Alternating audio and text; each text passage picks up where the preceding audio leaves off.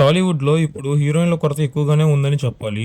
ఎందుకంటే మొన్నటిదాకా 'కృతి శెట్టి', 'శ్రీలీల' హైలైట్ అయిన వాళ్ళు ఇప్పుడు జోరు తగ్గించారు. ఇంకా 'రష్మిక మందన', 'మృణాల్ ఠాకూర్' బాలీవుడ్ బాట పట్టారు.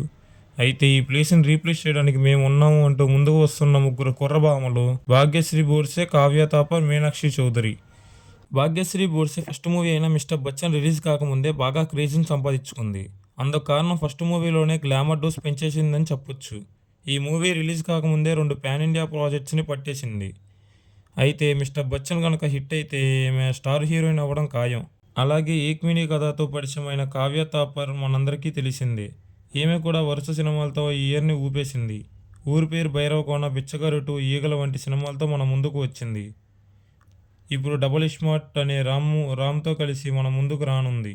ఆగస్టు 15న ఈ మూవీ వరల్డ్ వైడ్ రిలీజ్ కానుంది. 'మార్ముంతా చోటు చింతాయి', 'క్యా లఫ్డా హే' అనే పాటలతో హాట్ బ్యూటీ సందడి చేసింది. ఈ సాంగ్ కూడా బాగానే హిట్ అయ్యాయని చెప్పొచ్చు. ఈ మూవీ హిట్ అయితే ఈమె బిజీ హీరోయిన్ అవ్వడం ఖాయం అంటున్నారు నెటిజన్స్. అలాగే మీనాక్షి చౌదరి హిట్ 2, 'గుంటూరు కారం'తో హిట్ కొట్టినా ఇప్పుడు వరుస పాన్ ఇండియా సినిమాలతో ఫుల్ బిజీగా ఉన్న హీరోయిన్ అని చెప్పొచ్చు. చిన్న పెద్ద హీరో అని లేకుండా వరుస సినిమాలతో దూసుకుపోతుంది.